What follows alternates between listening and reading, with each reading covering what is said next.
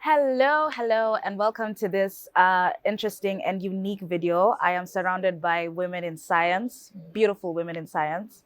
And today, as we said, we're talking about the topic of bedwetting, or the scientific name, which is Enuresis. Enuresis? Thank you. So, from my right to my left, I want them to just basically introduce yourselves. Right. Hello, my name is Cynthia. I'm a nutritionist and a health coach, and I'm so honored to be amongst this beautiful women. Welcome.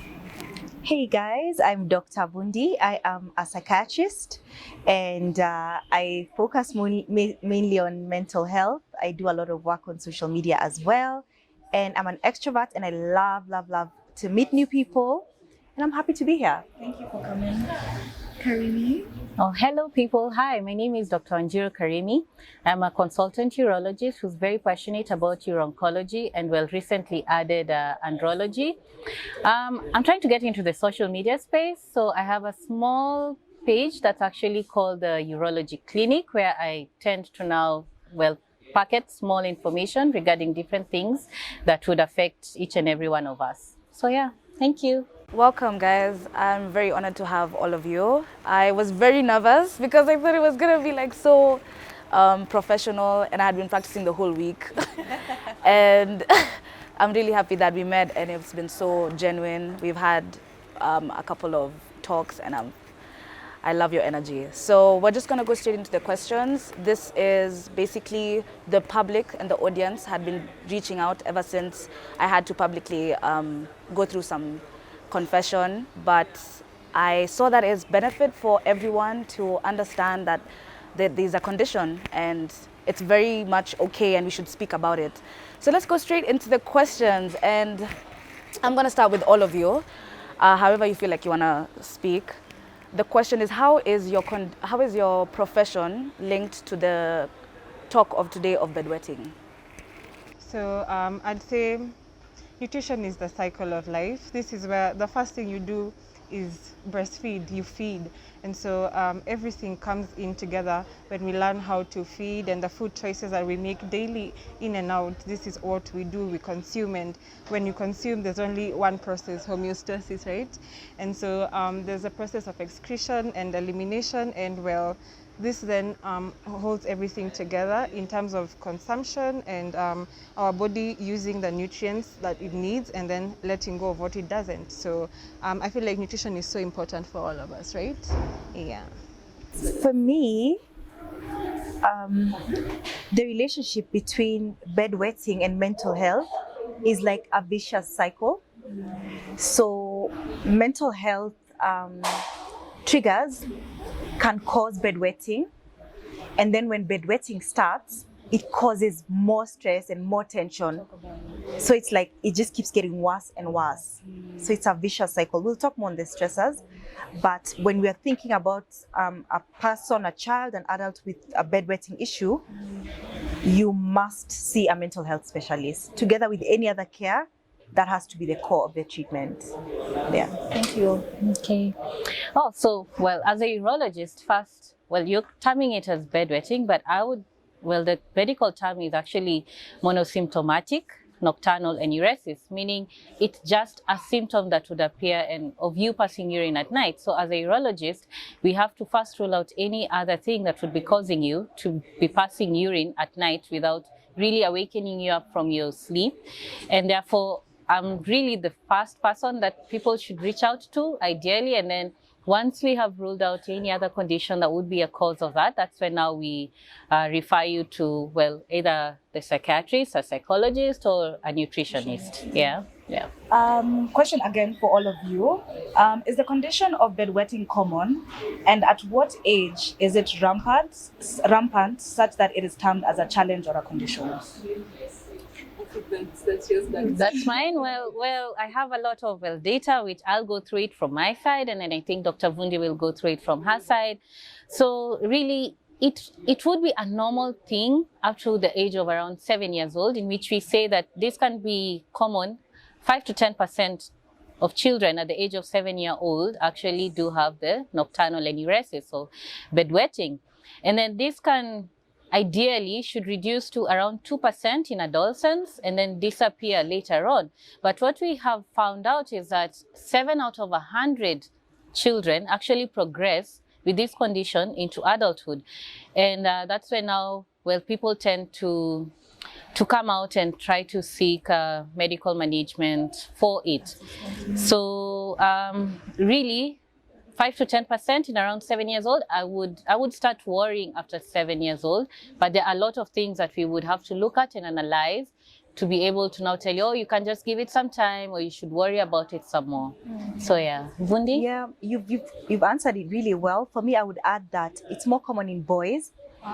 Yeah, it's more common in boys. So the rate amongst boys around 7-year-old is 10 to 20%. But for girls, it will be about 7.5 to 15%. So the prevalence is higher in boys. And I'd also like to add that there are 2 types. Oh. Yeah, there is primary enuresis and secondary. So in primary, the child never achieves bladder control. So they just never, ever, ever achieve it. Regardless if they're walking, talking. Yes, they start. Yes, 7 years, 8 years old, they've never achieved. So in secondary, the child achieves bladder control like around maybe 4 years. Then they do well in life. Then later on, like maybe 9 or 10 years old, they regress, and then now they start bedwetting. So usually the most common type is the secondary, and we'll get into why the secondary is more common. A question for Dr. Vundi. You had mentioned about it being more prevalent with boys. Would you tell us why exactly boys? The why is not known, but in many mental conditions affecting children, boys are more commonly affected. And this can be explained because boys tend to internalize feelings, and girls are more expressive. Emotional. Yeah, but there's really no exact science to tell us why. It's just a hypothesis that, you know what, maybe it's because boys tend to, to internalize. Okay, so we're going to go deep into this now. We're going to go to the causes, the triggers. If you're watching and you want to know how comes I bedwet up to this time, we're going to go all into that. So we're going straight to Karimi. Is it considered normal for children and abnormal for adults? Or the condition just cuts across? Well, I would say the condition cuts across because, as I said, by 7-year-old, at least you should have attained continence, which is the ability to be able to hold your urine, for you to be able to wake up at night and know, oh, I need to pass urine, and be able to go. So that is the cutoff age, really. So once it progresses to 9-year-old, 13, and adulthood, we have to address why exactly. So how do your parents act? How exactly you're really brought up, because all that would be able to contribute. And then if we find like all those are all good to go, and then that's when we would rule out other things, like is it diabetes that you have, and therefore we would do a random blood sugar or a fasting blood sugar to rule out diabetes itself, because that's a condition that would affect it. And then if it's in males, we would also like to rule out other causes which are anatomical, really, and we can be able to do an ultrasound to rule that out. We could also be able to do more invasive investigations to rule out things like posterior urethral valves, which is common in boys. So really, when we get to see you at 7 years old, we have to address the why. Okay. The why. Perfect. So the why brings me to the causes and the triggers. What causes or triggers, rather like bedwetting? Yeah. For triggers, so it's been hypothesized that, of course, stress directly contributes to this. And stress for children is on a spectrum. It can start from something I was telling you earlier, something as simple as a new child being born. So this is a child maybe who was alone. They were used to the parents' attention, only love. And then there is a new person in the house who's getting all the love, all the attention. So they regress. And they're not doing this intentionally. It's a very subconscious thing. So stress can also be on the extreme end, where we're talking about neglect, abuse, or somewhere in the middle where there are things, family things like divorce, so stress has been directly the main culprit when it comes to this thing. But there are also other physical physical things that contribute. For example, a small bladder. Maybe you can tell us more. Yeah. Oh, well, back to the small bladder. What's actually, well, that brings it back to the normal anatomy, which we can be able to assess when we do an ultrasound. So at around 150 to 200 mLs of urine, once you have that volume, your body starts to tell you, I need to pee. Start looking for a washroom. So your brain would communicate back to the bladder and tell it, hold up, let us look for a washroom.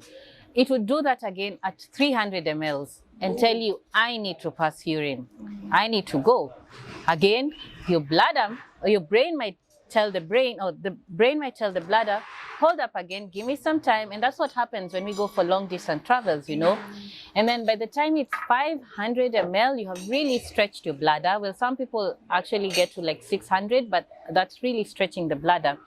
And at that point, your bladder is now the one dictating to the brain, and it's like, I'm going. And that's when you realize that you cannot hold pee and that you're passing really small volumes. Yeah. And that's the same thing that should be able to be reflected even in our sleep. As you're sleeping, your bladder should be able to tell your brain, please wake up. We are at 200 ml. Your brain will be able to tell it, okay, hold up, let me enjoy this dream for a while. It would do the same at 400 ml. Yeah. And then at some point, your bladder will be like, I've tapped out. I need to go. And that's how they bedwet. So, well, theory hereditary, 15%. Yeah, 15% is actually hereditary, which increases to 44% if one parent had nocturnal enuresis when they were younger. And that even goes up to 77% if both parents both suffered from bedwetting. So that's Cynthia, the nutritionist, what are some of the foods or fluids that you would say would either trigger, or even the times, you know, the times you take fluids before sleeping, does this affect, how can one who is affected with bedwetting change their diet? Say, okay, even relating to kids, you see when we're older, you know that if I take a cup of water past 6, I'm gonna go to the loo a million times. But kids maybe may not be able to know this. So it's when for kids, it's best to tell them and like restrict for them. Hey, you're not supposed to take maybe sugary drinks up to this point. Avoid things like giving them coffee and caffeine. That's just too much for them. Even the types of food, we have some types of food that are more diuretic. I know Dr. knows this. The cucumbers, the fruits, they're good and they're healthy, but we can restrain them to some certain times of the day. So those are some of the things we can do. And also we can look at foods rich in folate, fiber, because the Dr. can tell us they are very good for the CNS, sorry. So can you break down folate, fiber? For example, fiber is, it's a prebiotic. It's there. It's what our bacteria in our stomachs consume to give us a healthy life. We have bacteria in our bodies. Did you know that? Good bacteria and bacteria. So what we feed this good bacteria with is fiber. Things like oatmeal. I bet you've been doing that. Weetabix. And Weetabix. Mini sponsor, by the way. She's been doing a good job with that. Foods that, you know, sometimes we feel like this is too low for me, or some akina skuma, spinach, those are good foods. The vegetables, akina terere, those things that we think are ancient, but that has to be recommended by a doctor. Don't go and prescribe for yourself, I need vitamin B. So those are the things we can look at. Take enough water, do your fiber foods, and have it arranged. Don't give, like a baby wakes up and then the first thing is bread and tea. And not only does it bread, you put jam. They go and zero nutritional value, guys. And then you go out and it's lunchtime or it's break time. They have juice boxes, it's sugar. And then it's lunchtime, that's the one time at least they'll have a balanced diet. And then when they come home, well, there's cookies because mom is tired, and there's tea. So what you have to check, what are the choices I'm giving this person? Yeah, so that's what I'd say in relation to nutrition. You're welcome. I want to give you guys a POV of a girl or a guy or a boy or girl in high school. And I personally suffered with it. I felt the need to hide it. I felt so ashamed about it. It contributed to a lot of my earlyhood, like depression and anxiety, because I was constantly like thinking about going to the toilet. So I wanted to ask, when it comes to stigmatization, how can we improve the lives of those already going through this in terms of minimizing how they think about the situation and how to make it easier for them, rather. I'll start with that one because stigma touches on mental health. And you remember what she said, that this condition is genetic?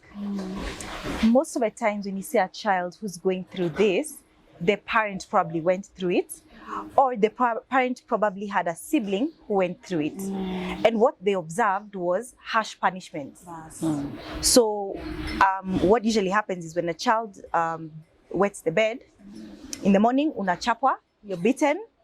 Like a mad procedure. So it's a harsh kind of thing. And remember we said it's a vicious cycle. So the child gets more stress, right? And now when they go to bed the next time, they're like, please don't pee, please don't pee.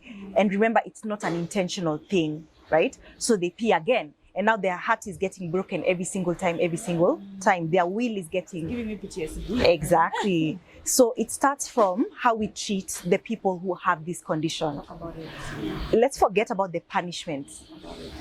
Positive reinforcement is the best kind of way to manage these kids, right? So when it happens, we have to address that it happened.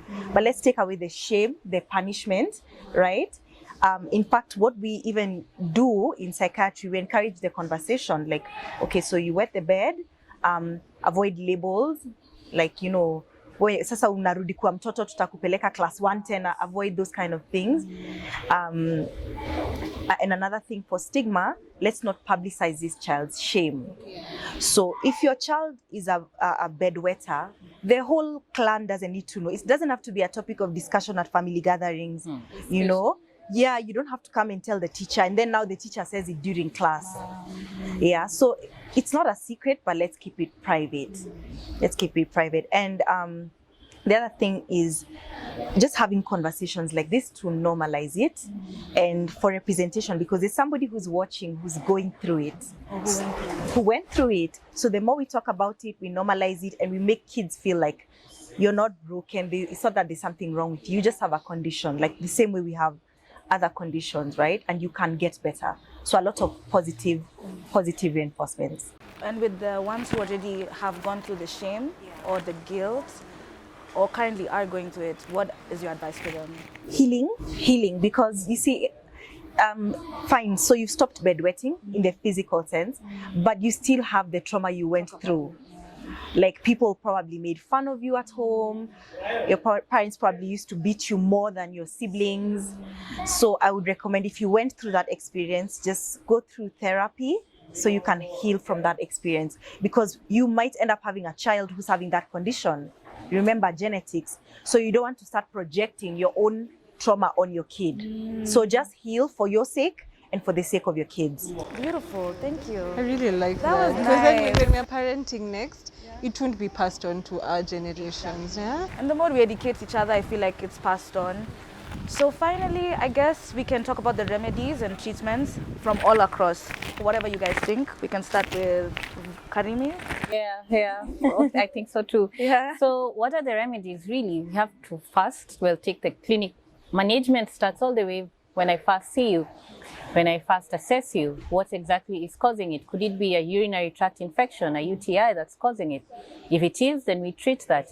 If it's not, the next thing that I would do to the parent is, or to the person or individual, we are remembering that it still goes on to adolescence and adulthood, is I'd ask you to put a bladder diary where you record all that you literally drank the whole day and ate. Whether it was my juice, which was 300 ml, I'll have to write that down, and at what time.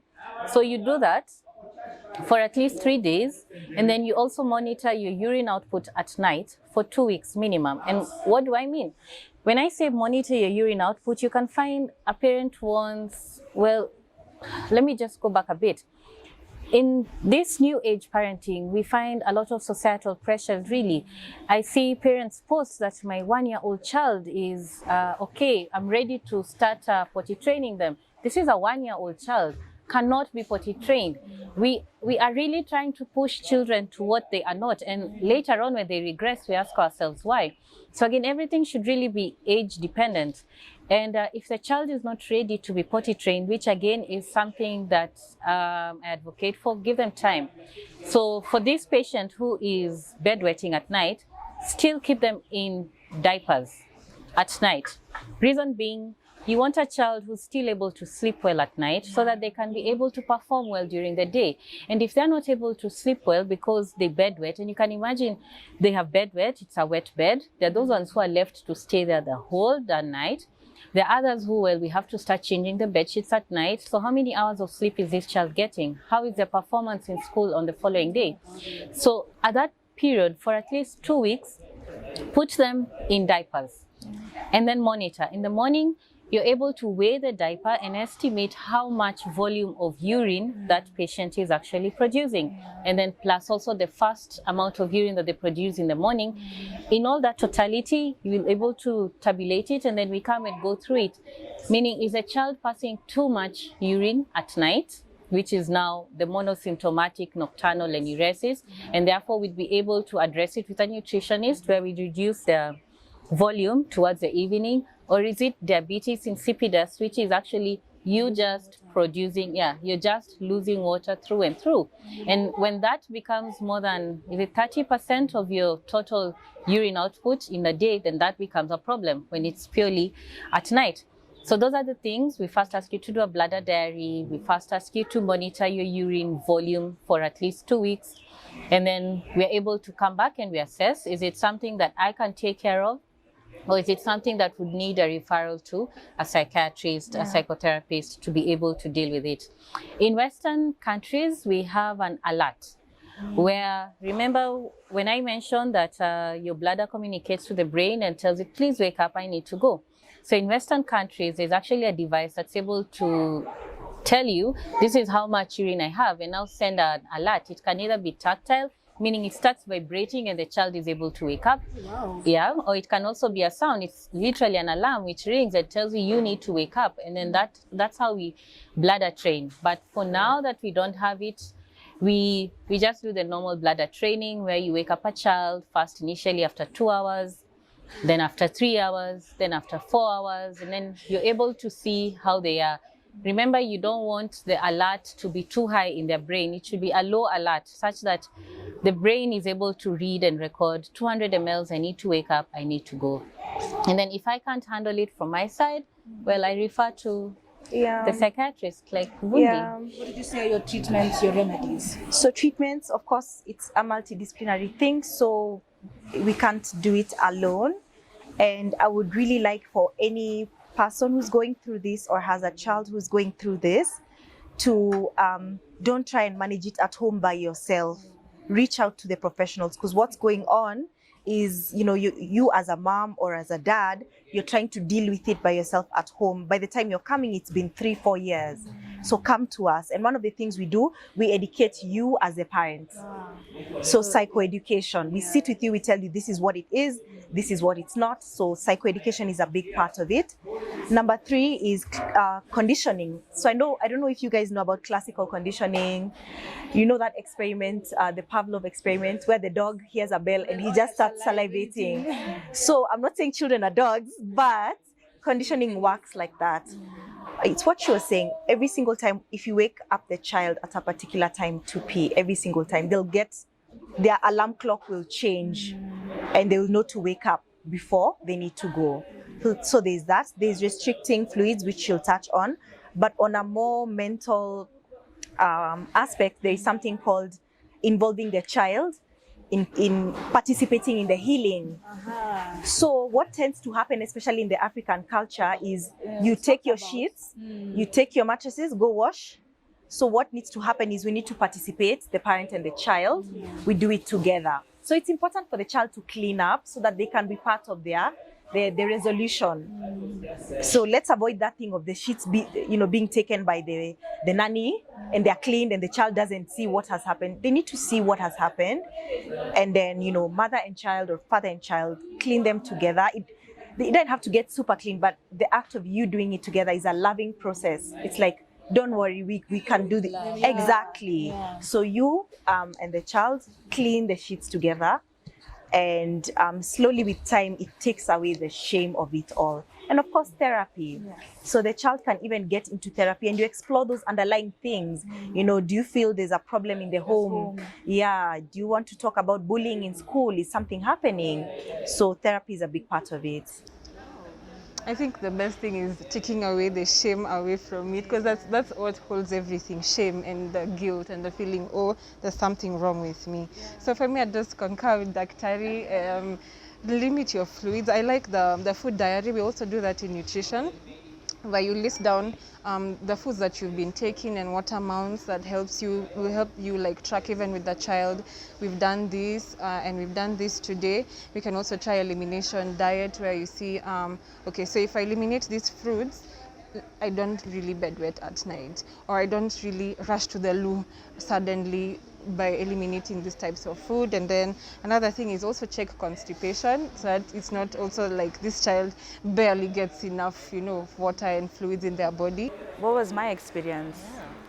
Well, I guess I didn't know it played such a big part of my childhood trauma until like I grew older and I started doing the self-help. I've never been to therapy actually. But I realized when I was in primary, the stigma was crazy. It was talked about, and I was very loud, I was very extrovert, I was like that entertainment prefect, so I was really known. So for it to, I felt like I was different, abnormal. It happened also in high school. My sleeping schedule suffered, my studies also suffered. And then later on I realized I'm reflecting so much of my insecurities from this childhood deep thing that I'm end up like projecting on people. And also I think I wanted to ask finally, alcohol. How does that, the people I know who drink alcohol and experience this, is it the same as a bedwetting issue? I think I can take that one. So bedwetting in adults is very common for people who drink alcohol, and to a very high extent, like if you're really, really drunk. And remember I was saying that, urinating is voluntary. Like during the day, when you go to pee, it's something you do voluntarily, right? But when you're asleep, you go into a very deep sleep where arousal is difficult. So your nervous system is sending you signals like wake up, wake up. But because you're so drunk, your arousal is very different. So that's why it happens. So that's a very different mechanism than in children, although it still produces the same results, bedwetting, right? So with alcohol is that you're just so intoxicated, you're not even sleeping, you're just blacked out. You're blacked out. Yeah. So it's like your system is like sending you signals, but they can't be received because you're out. So yeah. So the thing is to avoid or limit. Avoid. Okay. I would say, do you know why I would say avoid? Yeah. Because now you already have the issue. You see, you already have the bedwetting issue. Now you don't want to compound it. You don't want to compound it. Yeah. So I have an office at the Fortree Suites, which is in Upper Hill on the 8th floor. And then you can also, follow me. Oh, I never thought in my life I'd be using such a thing. But I have an Instagram page that's called the Urology Clinic, where I try every once in a while to give little nuggets of wisdom on everything urology. Yeah. Thank you. My office is also at Mirazi. We share an office space at Upper Hill, 40 Suites, 8th floor. But I do a lot of work on social media, guys. My handle is Dr_vundi. I'll share it with you so you can link it. I have a YouTube channel. I have a podcast. Wow. So if you feel like you need to talk, I'm the guy. And I'll put them all in the description. Please make sure you put that out. I will. I also have a page on Instagram. I'm called Blessing with a Plate. And I also share information as free. And now I'm more mobile. I believe in the personal touch of coming and seeing you and just seeing like having that face-to-face. That always changes everything. So just my information and my number will be left. And you can always reach out. I'm here. Sawa. Everything you need in the link down in the description. Thank you so much for watching this video, and we will see you next week, hopefully. Bye.